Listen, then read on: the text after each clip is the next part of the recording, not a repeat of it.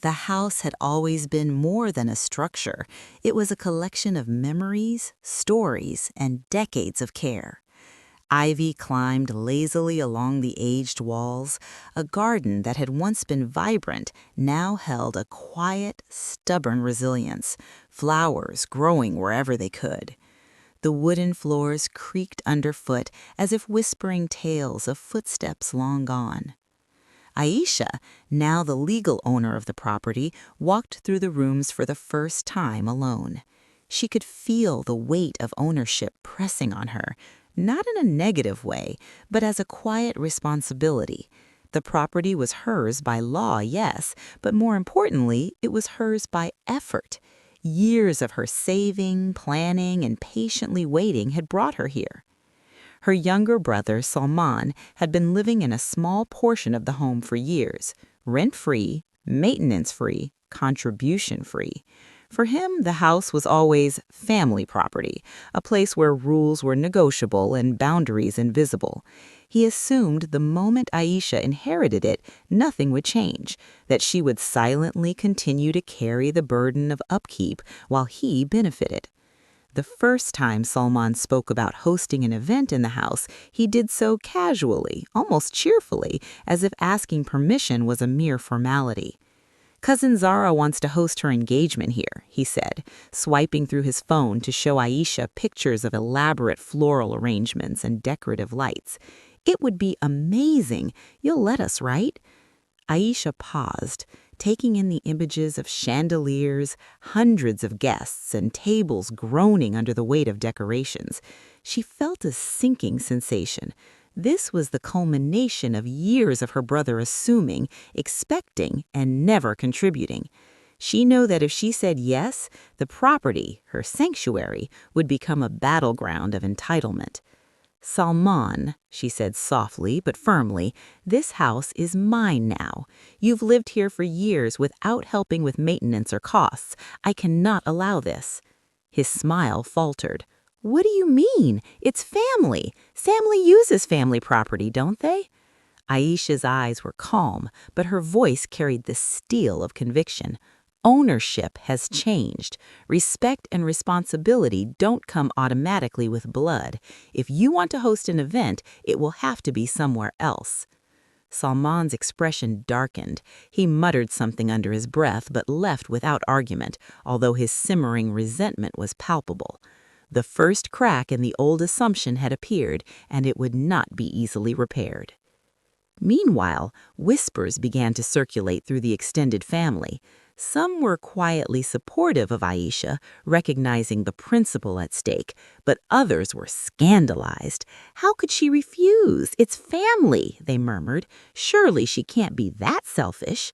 For Ayesha, it was never about selfishness. It was about asserting a principle that had been ignored for years. Family property does not mean free access, entitlement, or expectation. It means responsibility, respect, and care. And in that first week, as she repaired a sagging door frame and swept the garden path, she realized something profound.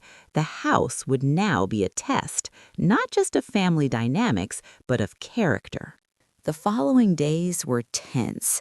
Ayesha noticed subtle changes in how Salman moved around the house, his steps a little heavier, his tone a little sharper, and a quiet frustration lurking behind every smile. He wasn't used to being told no, and he certainly wasn't used to seeing his sister enforce boundaries so firmly. One afternoon, he cornered her in the living room. Sunlight streamed through the dusty windows, highlighting small imperfections in the house that he had never bothered to notice before. "Ayesha," he said, voice rising, "you're being ridiculous. You can't just say no to family like this. What are you thinking?" "I'm thinking," she replied, meeting his gaze steadily, "that this house is my responsibility now. I can't let it be treated like a free-for-all just because we share a last name.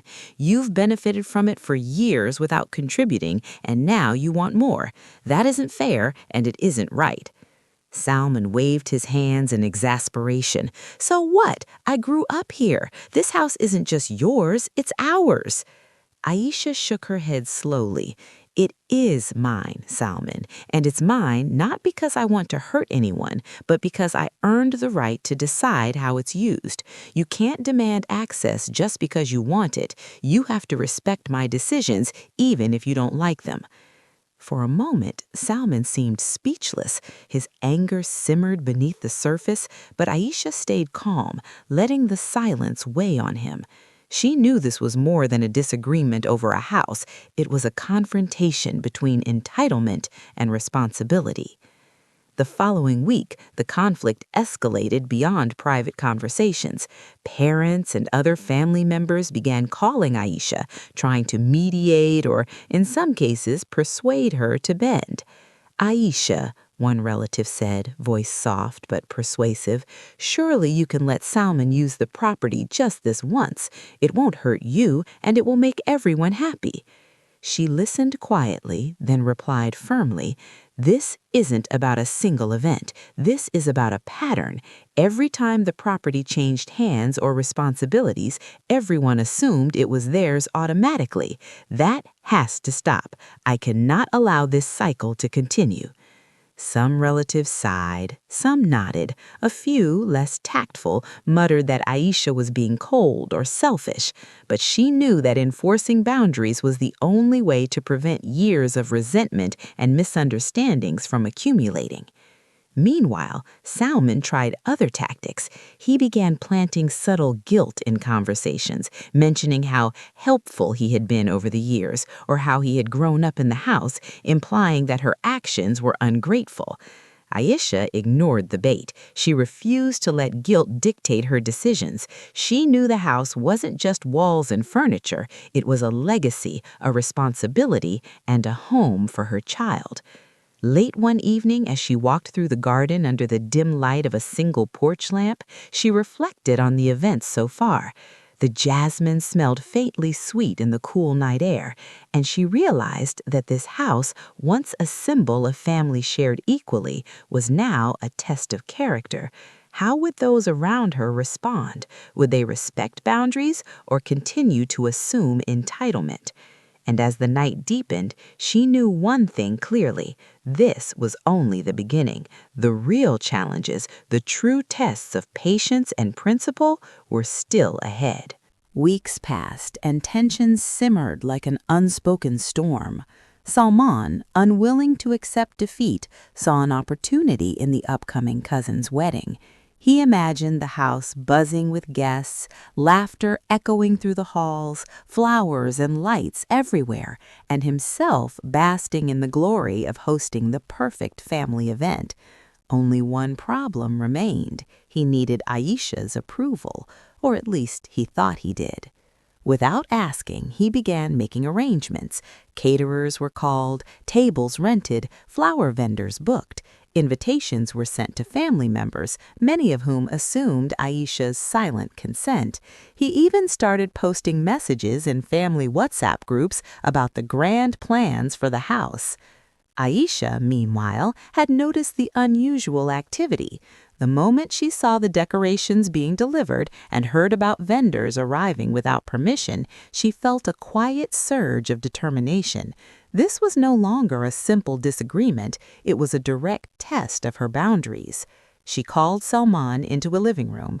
The sunlight filtered through the half-open curtains, highlighting the dust motes that danced lazily in the air. "Salman," she said calmly, "I see that preparations for the wedding are already underway." Salman, caught off guard, tried to play it cool. "I just wanted to help the family. They're counting on us, on me, to make this perfect." Ayesha's gaze was unwavering. "And in doing so, you've completely ignored my authority as the owner. This house is my responsibility, not a stage for assumed entitlement. No event will take place here unless every aspect is coordinated by you, including full payment for vendors, cleaning, and any damages incurred." Salman's face turned red. "You can't do this! You're ruining the wedding!" he shouted. "Everyone will blame you."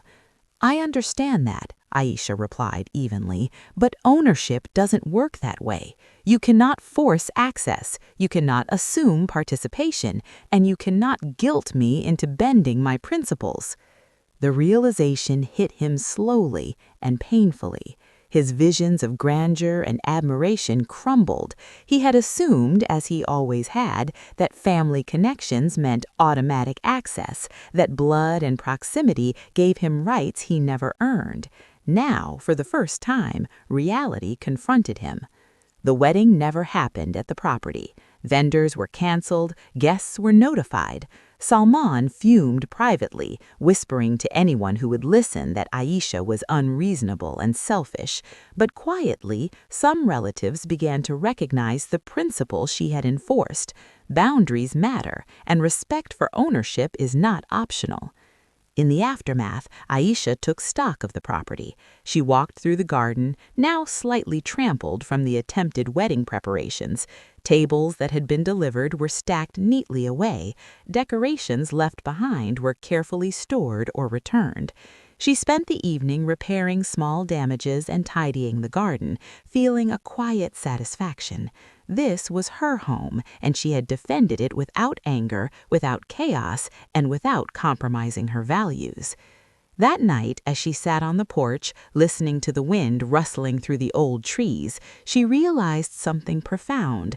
The house had always been a symbol of family, but now it had become a symbol of principle. Ownership wasn't just legal, it was moral. It was about recognizing that sacrifices and responsibilities mattered, even when others assumed they didn't. Salman, on the other hand, retreated to his corner of the house, grumbling and pacing. He began to confront something he had long ignored, the consequences of living without responsibility. He had enjoyed years of free access, but now he had to face the reality that entitlement has limits, and those limits could not be pushed by anger, threats, or guilt. The morning after the canceled wedding, the property was quiet. The garden, once imagined as a glittering venue, was scattered with trampled petals and a few stray decorations. Ayesha walked slowly along the paths, noting the damage with a calm, critical eye. She swept up stray leaves and set tables back in their rightful places, her mind already moving forward. The house was hers, and it would remain cared for, no exceptions. Salman, however, was in full storm mode. He wandered through the house, muttering to himself, "She can't just do this. It's family. They'll never understand." He called cousins, aunties, and even distant relatives, painting a picture of his sister as cold and unreasonable. But the responses were mixed. Some relatives sympathized, recalling how she had always quietly maintained the property, spent her own money on repairs, and tolerated years of others' neglect. Others, less sympathetic, encouraged him, telling him that family should always share freely. The tension spilled over into small daily interactions. Every time Salman walked through a room, he felt Ayesha's quiet control. She was polite, even warm in her tone, but her authority was unmistakable.